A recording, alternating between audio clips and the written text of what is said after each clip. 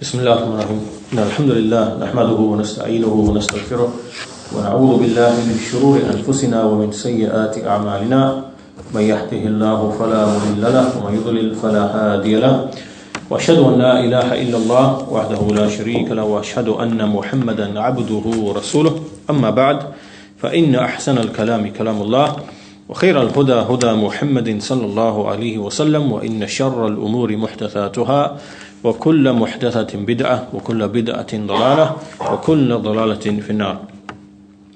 The recording for last week was somehow lost, qadr Allah, and so what we'll do, just to make sure that we don't lose that content, for the first 50 minutes I'm going to summarize what we discussed in the previous lesson.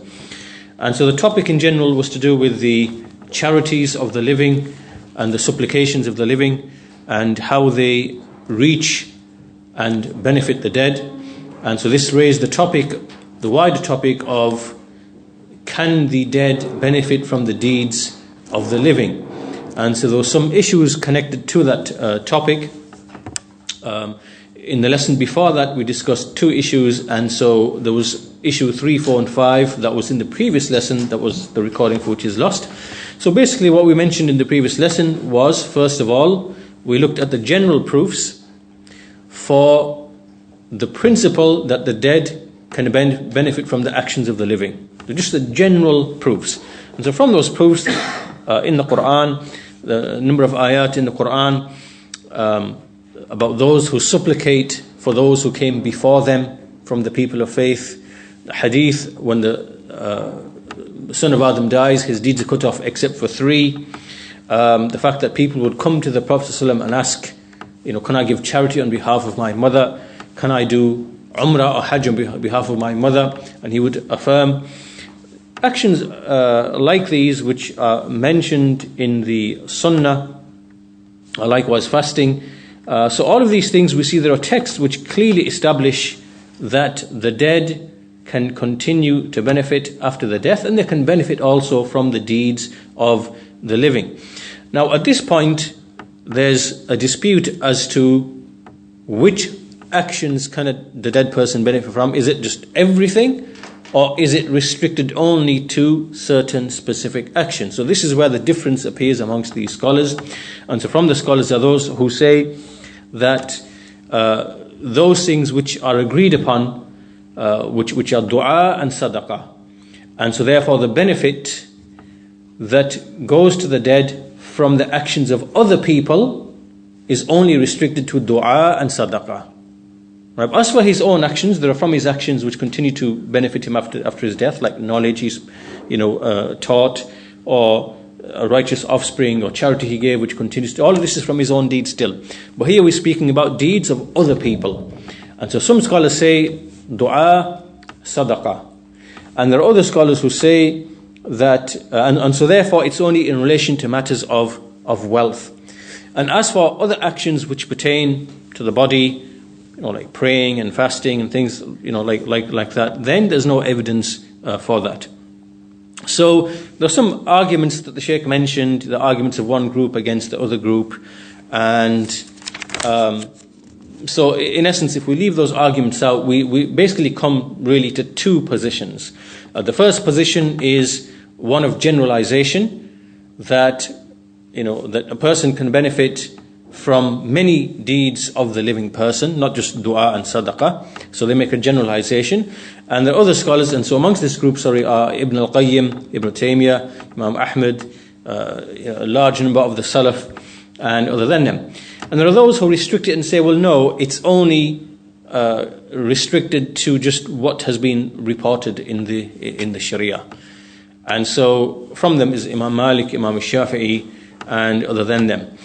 Now the Shaykh goes on to explain here that in order to solve this this difference, he says we have to understand a crucial point, which is that there are two separate issues. One is what he calls ibtida'ul ibadah, which means that a person, before he even begins to do the action, he is intending to do that action on behalf of the deceased person.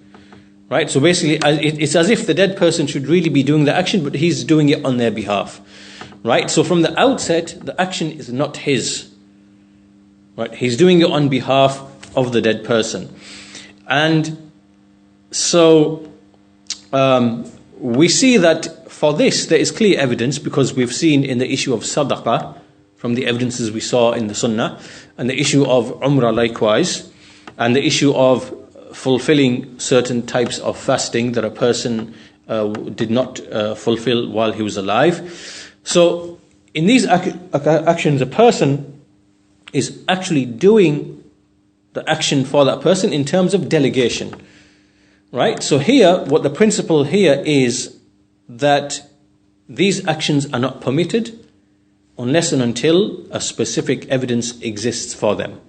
Right? So in other words, the general principle here is that no one is allowed to do an act of worship for anybody else.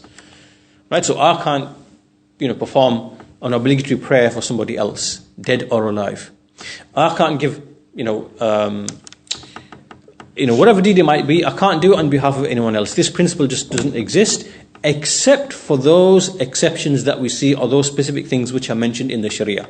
And so this is where we understand the permissibility of those actions when people would come to the messenger and say that my mother passed away, and if she was alive she would have given charity. Can I give charity? And he says yes. Can I do umrah for my mother? Can I do hajj for my mother? Can I make up the fasts that she was due? And so answer in all of these cases is yes.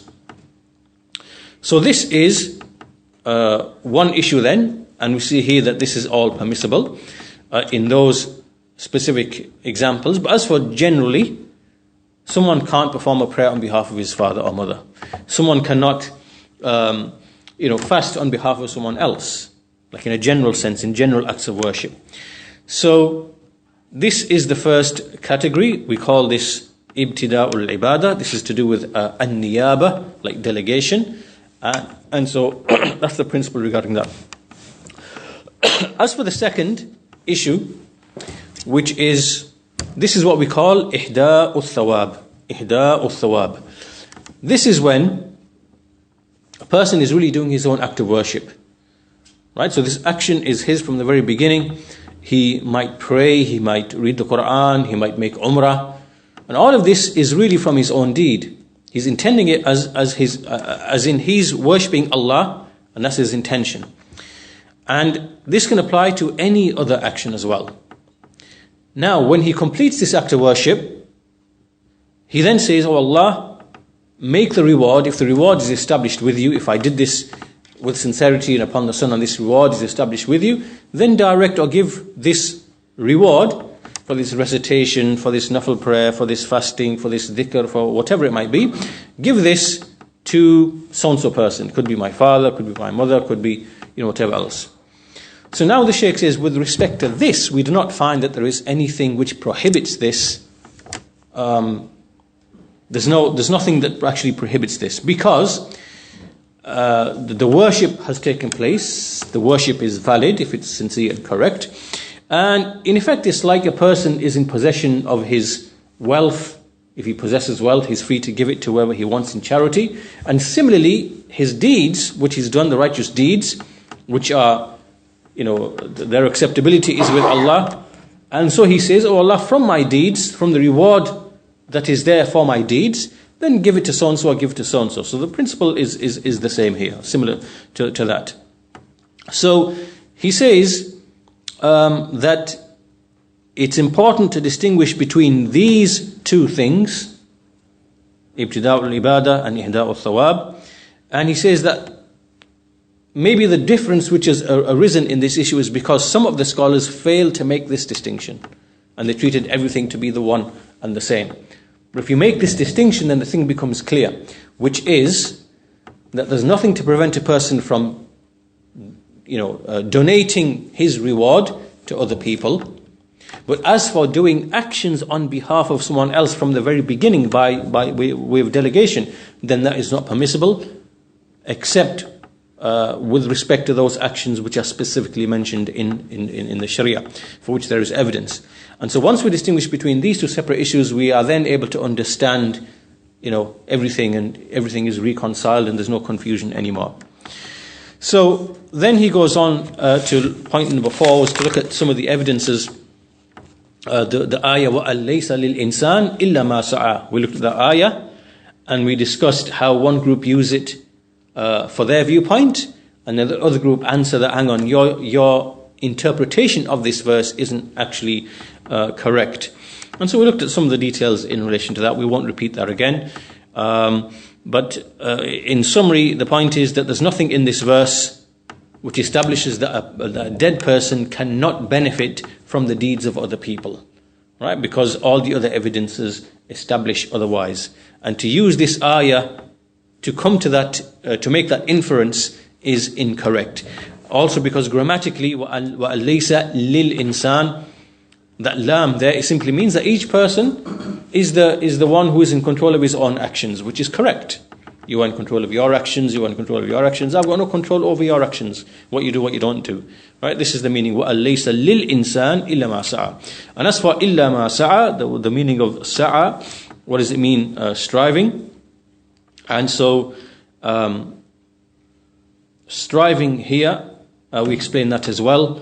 And we looked at basically the issue, we looked widely at the issue of Iman, how Iman connects all of the believers, and Iman is from the greatest of asbab, like the ways and means that allow believers to benefit from each other. So the Shaykh alluded to that point as well, and so the essence of it is this ayah, even though it's used as a proof by those who restrict the issue of a dead person receiving reward and benefiting from the living, the correct interpretation lies in what has been explained here by the Shaykh, that the ayah cannot be used for that purpose.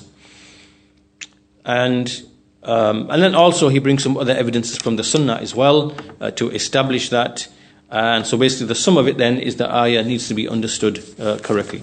Then we move to the fifth and final issue, which is that what we've established here should not be confused by what is done by the people of bid'ah, people of innovation, like we see amongst the Sufis, the Barelwis and other than them. And so what they do, whereas we, the scholars of the Sunnah, establish the principle of donating reward to the dead, they do it in accordance with the Sunnah. So for example, a person might sit in his house doing nothing and decide, well, let me just read some Quran. So he reads the Quran, he does the wudu, makes isti'adah, basmalah, he starts reading the Quran, and when he finishes, he makes dua to Allah and says, oh Allah, donate this reward to so-and-so. This is different because this now is, a person is worshipping Allah upon the Sunnah. This ibadah is upon ittiba', upon following and imitating the Messenger. But this is different now to when what we see with these people is that they invite 20 people and either pay them or they will give them food as recompense. They'll ask them, read so-and-so Qur'ans, read so-and-so Ayatul Kursis, read so-and-so Surah Yaseens or whatever else, and then afterwards they will make a dua and collective dua, and they will choose a day for it as well. The 4th day after death, or the 7th day after death, or the 11th day after death, or repeated every year at a certain time. And then they will say, donate this reward to the dead person. This is bid'ah. This is innovation, because the action is innovated. And because it's not fulfilling one of the conditions of the acceptance of an action, which is ittiba', then this action is mardud. It is rejected. Right? So that's really the issue that we have with these people. As for the principle of the dead receiving the reward of the actions of the living by way of donation, this is something that the scholars of the Sunnah actually affirmed. They didn't deny this principle. And so, in essence then, donating reward cannot be done by ways and paths of bid'ah, by ways and paths of innovation, and it is in line with the issue that we mentioned. So this was really what we discussed in the previous lesson with a bit more detail. As I mentioned, that the recording for that lesson has been lost. That lesson number was 104. Lesson 104. So what we'll do is we'll call this lesson 104 from this point onwards, along with the summary that we just gave. So this now leads us to the next statement of Imam al-Tahawi rahimahullahu ta'ala. And so the next statement is, Wallahu ta'ala yastajibu ad-da'awat وَيَقْضِي الْحَاجَاتِ. The meaning of which is, Allah the Most High, He responds to the supplications. He responds to the supplications. وَيَقْضِي الْحَاجَاتِ. And He answers the needs. He answers the needs of the people. The needs of the people. Now we'll start with Shaykh Zayd al-Madkhali rahimahullah ta'ala. He has a brief comment upon this, and so he says, in truth, Allah Azza wa Jal alone, He is the one who responds to the call of anyone who calls upon Him. And this is because of His fadl, His bounty, His favor, and His ihsan, the fact that He is benevolent, and likewise His rahmah, His mercy. So from His mercy, from His benevolence, from His fadl, His bounty, is that He will respond to the one who calls upon Him. And Allah is the one who removes the hardships of the people, and who removes the anxieties of the people, of His servants.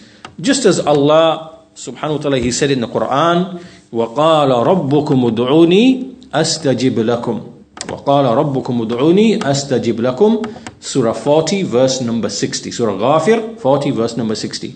And your Lord has said, call upon me, invoke me, and I shall respond to you.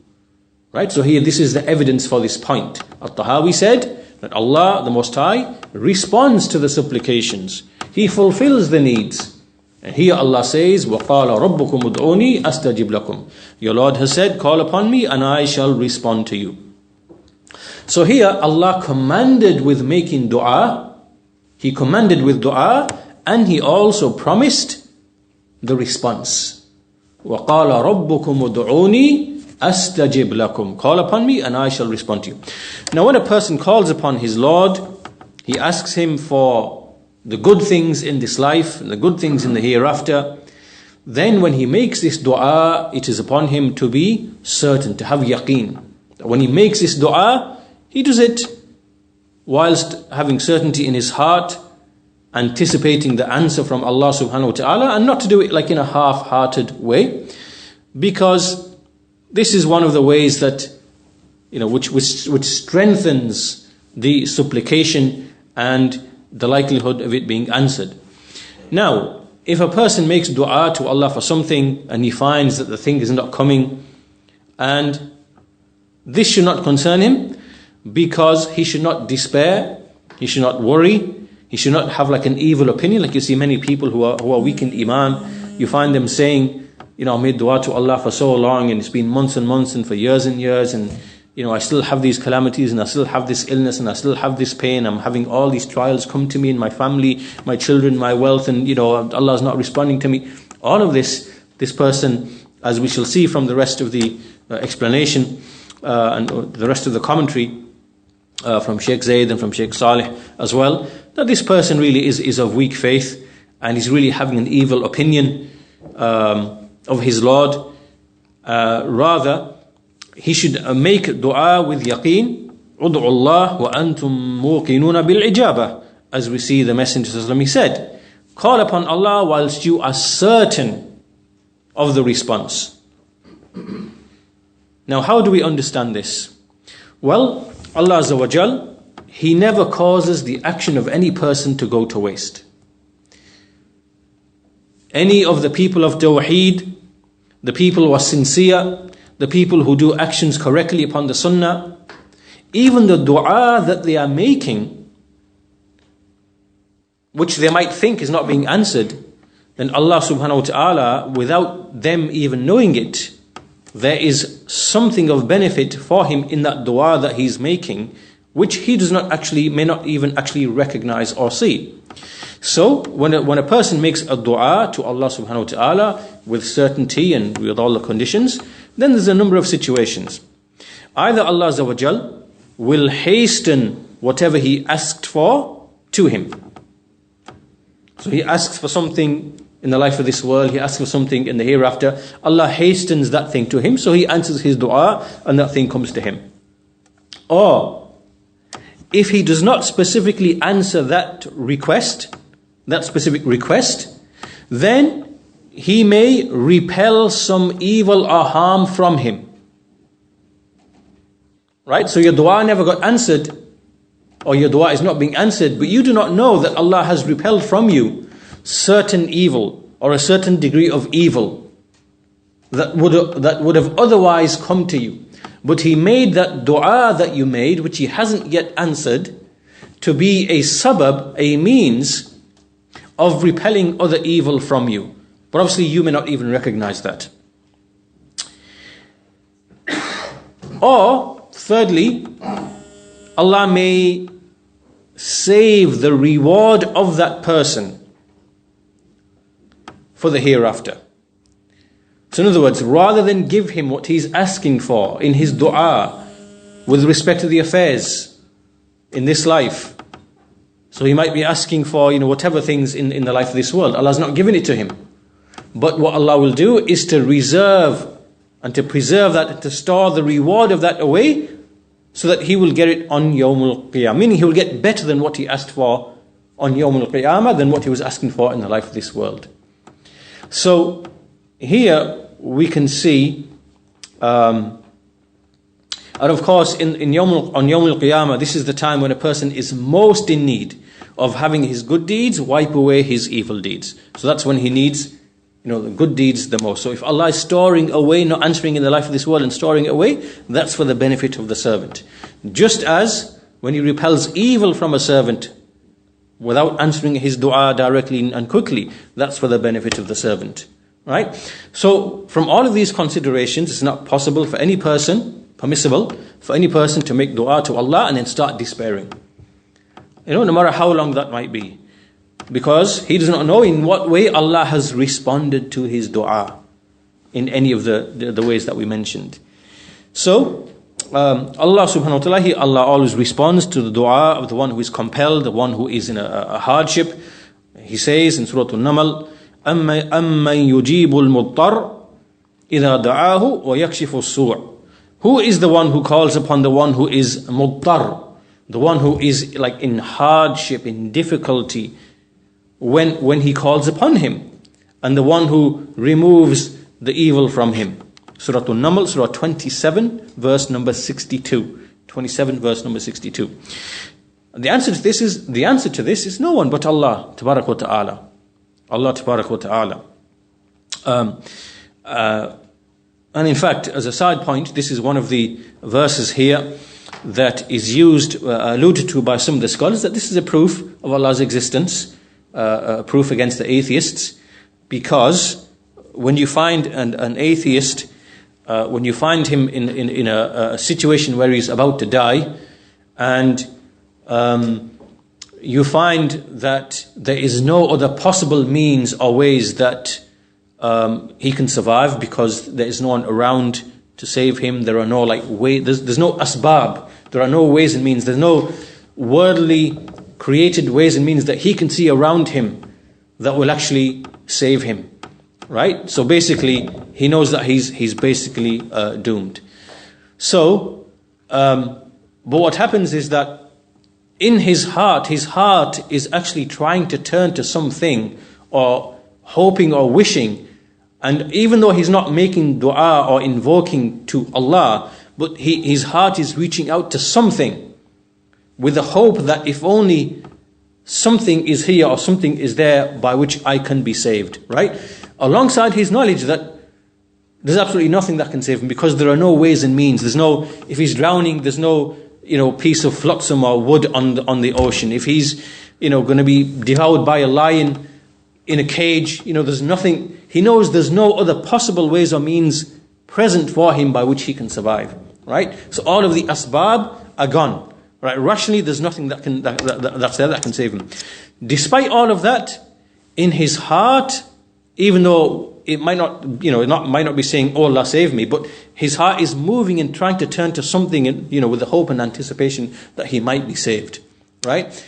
But if he was truthful in believing that, well, there's nothing out there, then his heart wouldn't react like that, and he would just submit and think, well, okay, I'm going to die, right? But sometimes they actually do say that, well, I'm going to die anyway. But in the heart, there is still that feeling In the heart there is like, it's trying to hope that if only there was something, and he's trying to reach out to something.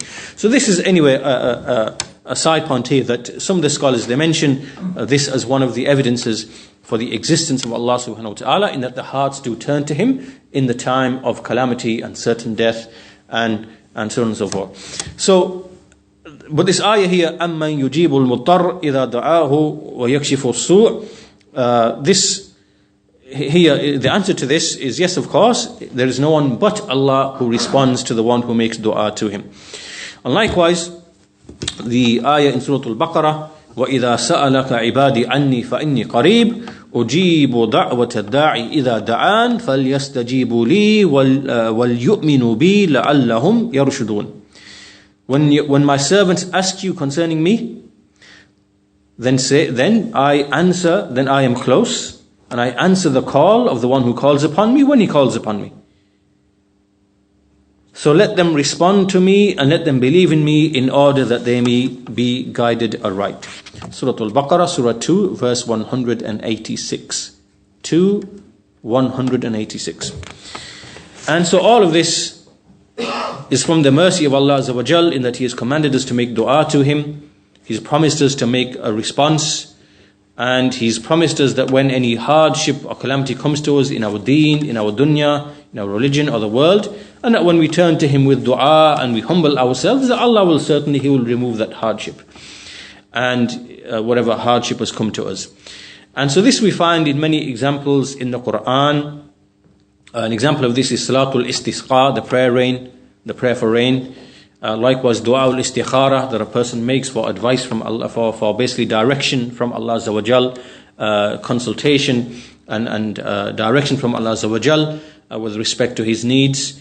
And likewise, the various other du'as that we are commanded to make in certain times, then all of this is beneficial for the servant. So this is Shaykh Zaid, and we'll go here now to the speech or the commentary of Shaykh Saalih al-Fawzaan, hafidhahullah ta'ala. And so the Shaykh comments upon the saying of at-Tahaawi, Wallahu ta'ala yastajibu ad-da'awati wa yaqdi al-hajat. So he says that this is from the attributes of Allah Azza wa Jal, that He answers the supplication of His servants.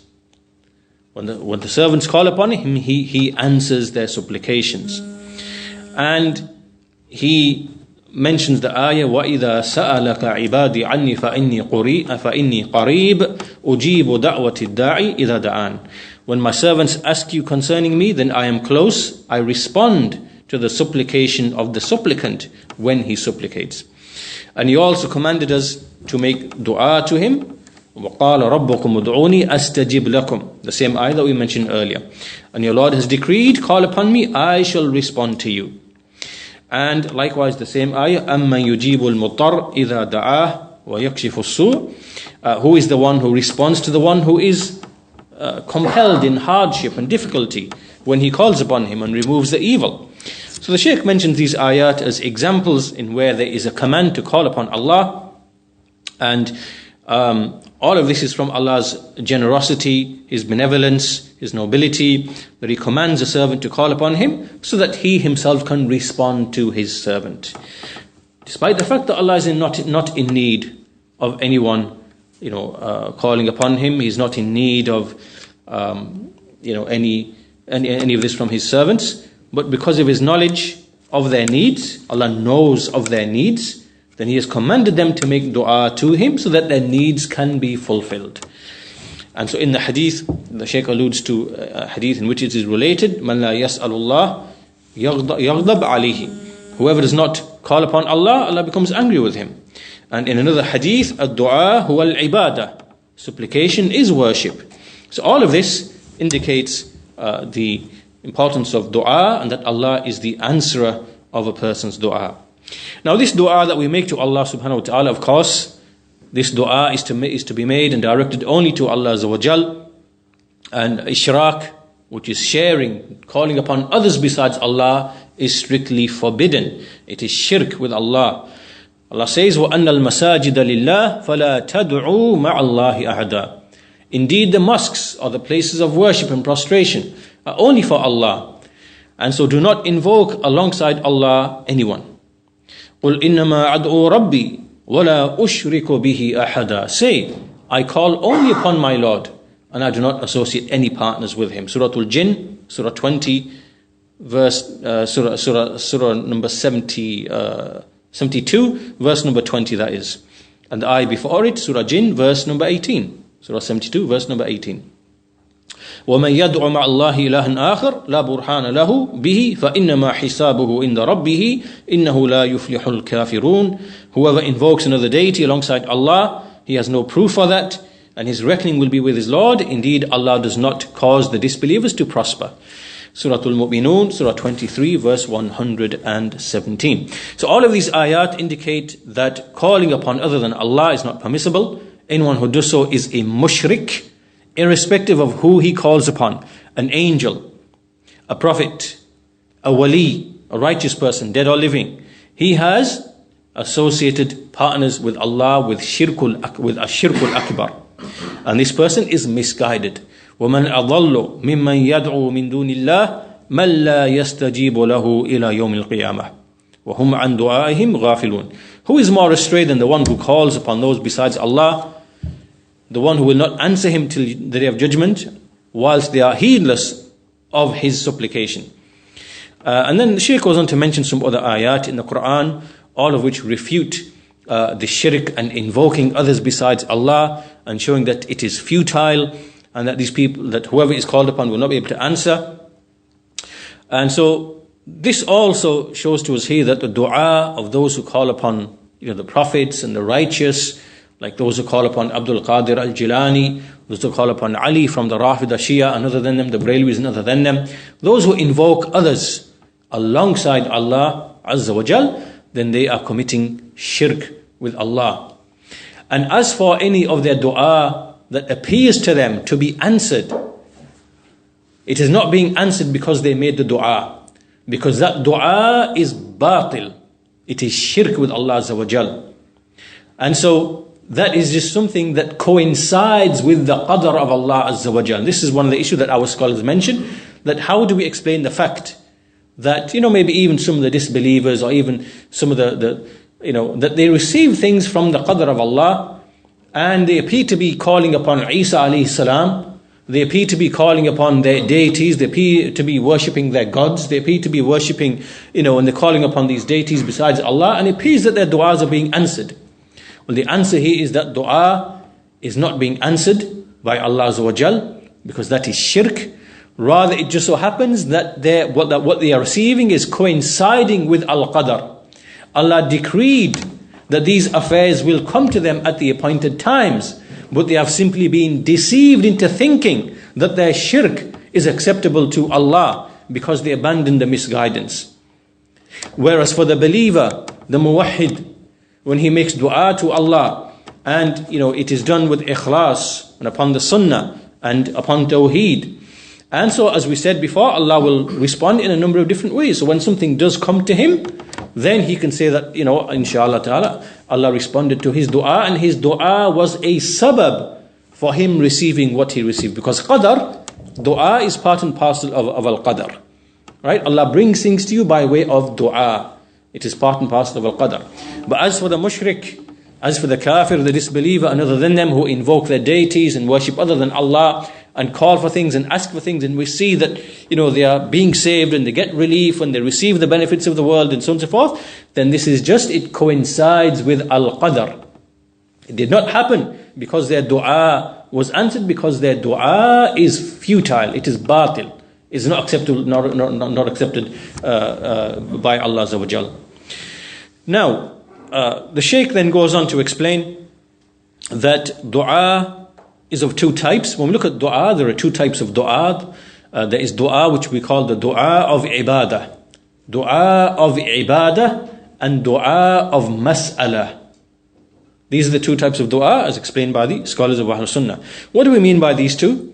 Dua of ibadah simply means any type of worship in which we are making mention of Allah's name, mentioning Allah's, praising Allah, praising for His names, praising Him for His attributes, praising for His actions, such as what, for example, when we make tasbih, we say Subhanallah, we say Alhamdulillah, we say Allahu Akbar, we say La ilaha illallah. All of this it's a type of invocation, a supplication by which we are praising Allah. This is called du'a ibadah. It is a type of du'a. And so in other words, when we are engaged in any type of worship, that worship is considered to be du'a. From the angle that if you think about what you're doing, you're not verbally asking anything from Allah. You're not verbally asking from Allah. But the mere fact that you are performing this act of worship or making this dhikr or praising Allah, obviously by doing it, you are anticipating something from Allah.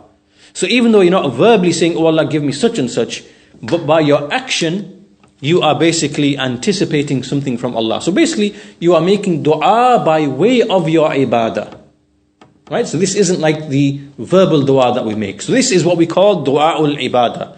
You are kind of calling upon Allah by way of your acts of worship. This is du'a'ul ibadah. As for the second type of dua, the one that we commonly know, du'a'ul mas'ala. This is when we are asking Allah something specific verbally. Right? So here, we ask Allah to fulfill our needs. We ask Allah for protection. We ask Allah to repel harm. We ask Allah for the benefit of this life, of the hereafter. Here now we are specifically asking verbally for certain things. And so, now these are the two types of dua. And that's why you will understand why in the Quran, the issue of dua, in all the places where it mentions like to do with tawheed and shirk, you find often it's dua that is being used, the word of dua. Not to invoke others besides Allah, to invoke only Allah alone, dua. Because the dua here, what we are speaking of, is with both of these meanings. Dua of ibadah and the dua of mas'ala. And that's why dua is from the greatest forms and types of worship, because with dua, there are so many other elements which are attached to it, of inward feelings, inward acts of worship. So that's why the issue of dua is so great in the Quran. Now, these two types of dua we find actually mentioned in the Quran. In fact, in Surah Al-Fatiha. So when we begin Surah Al-Fatiha, the first half is dua ul-ibadah. Alhamdulillahi Rabbil Alameen. Ar-Rahman Ar-Rahim, Maliki Yawmiddin, Iyaka na'budu wa Iyaka nasta'een. Up until this point, all of this is du'a'ul ibadah. We are praising Allah, extolling Allah. And then the second half of the surah is du'a'ul mas'ala. Ihdina as-siratal mustaqim. Guide us to the straight path. Siratal ladhina an'amta alayhim. Path of those upon whom you have favored. غَيْرِ الْمَغْضُوبِ عَلَيْهِمْ وَلَا الضَّالِينَ. Not of those upon whom is your anger and who are astray. So Al-Fatiha is du'a'ul ibadah and du'a'ul mas'ala, and one necessitates the other, one is connected to the other. So du'a'ul mas'ala is tied to du'a'ul ibadah and vice versa. Now this goes to our next point that the Shaykh mentions, which is the issue of calling upon Allah and not being answered. And so the Shaykh addresses this issue as well, and he mentions a really nice benefit. And this is so when a person calls upon Allah Azza wa Jal and he has not received a response. And someone might say, well, I called upon Allah, Allah didn't respond to me. And so the Shaykh says, وَالْجَوَابُ أَنْ يُقَالْ الْمَانِعْ مِنْ عِنْدِكَ أَنْتِ. He says that the thing which prevented the dua from being answered has actually come from you. The barrier to your dua being answered is actually with you. It is not with Allah Azza wa Jal. A dua is a means amongst the means. When the dua is used, it is one of the means by which the effect is achieved. But why isn't the result of the effect being achieved? Why isn't it? And the answer is that when there are barriers which are present which should be removed, then it means that the dua will not be answered. And sometimes that might be barriers which are present with you. For example, you might be calling upon Allah, but your heart really is not into the dua. Your heart is not really firm. Your heart, you don't really have yaqeen, certainty in Allah's response. Your heart is just half-hearted. It is not firm. It is not turning to Allah Azza wa Jal. And really the heart is ghafil, lahin. It is heedless. And another reason could be, as we see in the hadith, that a person is eating haram, drinking haram, wearing that which is haram. Right? So he's eating from that which is haram, wearing that which is haram, drinking from that which is haram, meaning wealth or clothing or drink or food which has been attained by unlawful means. By unlawful means. Mentioned the hadith about the man who goes on a long journey, his hair is disheveled, he turns his hands to the sky, he says, "Oh my Lord, oh my Lord, oh my Lord."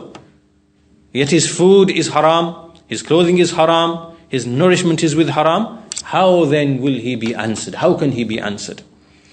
So, this is another reason, another barrier why his dua is not being answered. A third reason is that he could be calling upon Allah for something which is sinful. Like he could be calling upon Allah to cut off the ties of kinship. This is haram. You cannot make dua for things which are haram. And, so from this angle he will not be answered.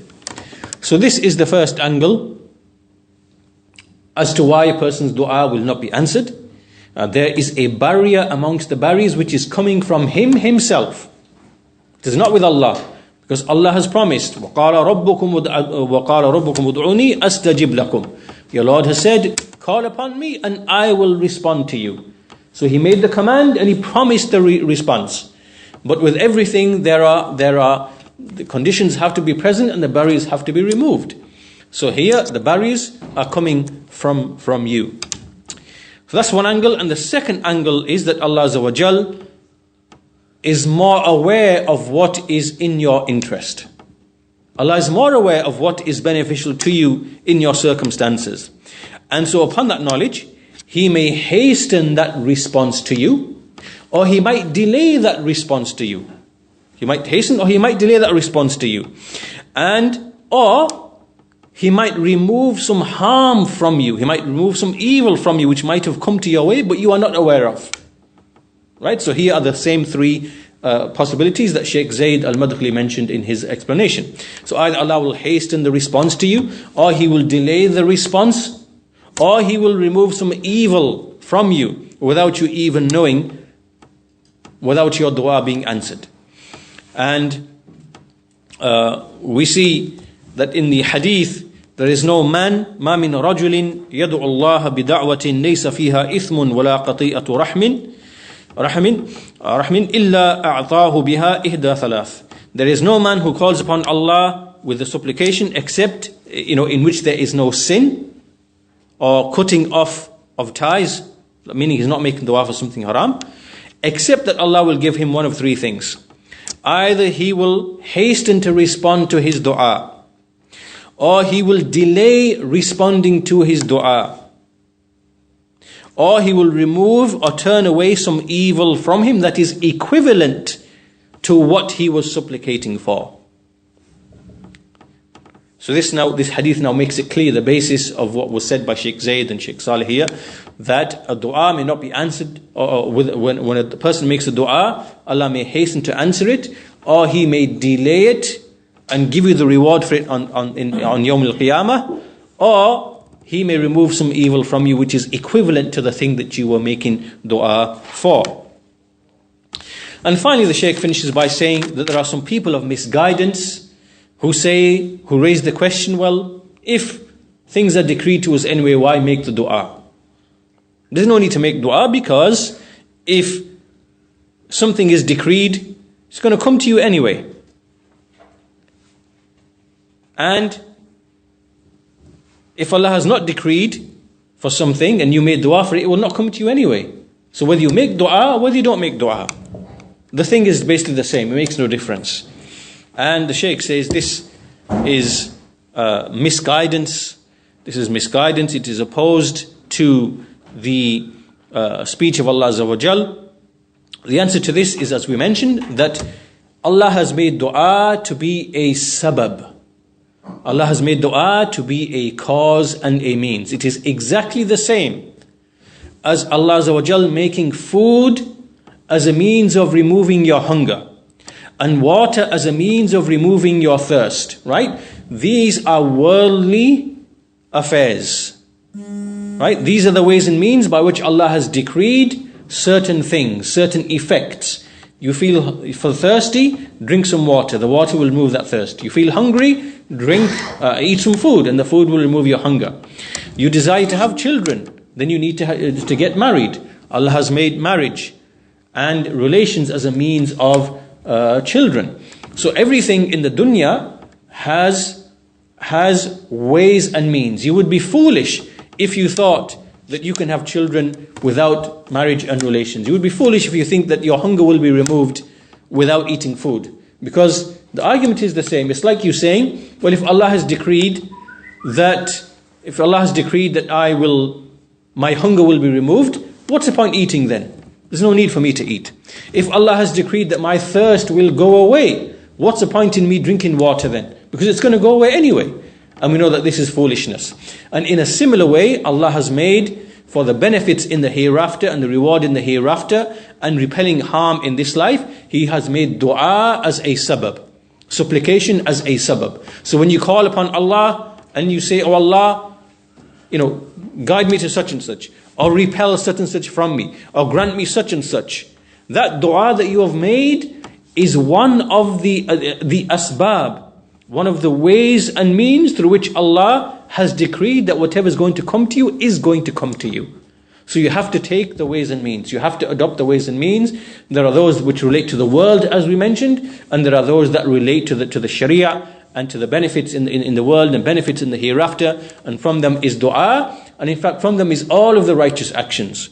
Every righteous action, al-amal al-salih, is a sabab, is a means from the means of you entering into paradise and achieving the good in this life and the next. So the person who says this is a foolish person who says, why make dua? Why make dua? What this person is really trying to say is to invalidate worship. Right? So this is futile, this is false, this is incorrect. There's no contradiction between making dua and between the qadar of Allah Azza wa Jal. And so dua is simply a sabab, and Allah has tied things to asbab, to the ways and means, and dua is from amongst them. And so with that ends the commentary of the Shaykh, and with that we conclude our lesson there for today. Walhamdulillahi Rabbil Alameen, wa sallallahu ala nabiyyina Muhammad wa ala alihi wa sahbihi ajma'een.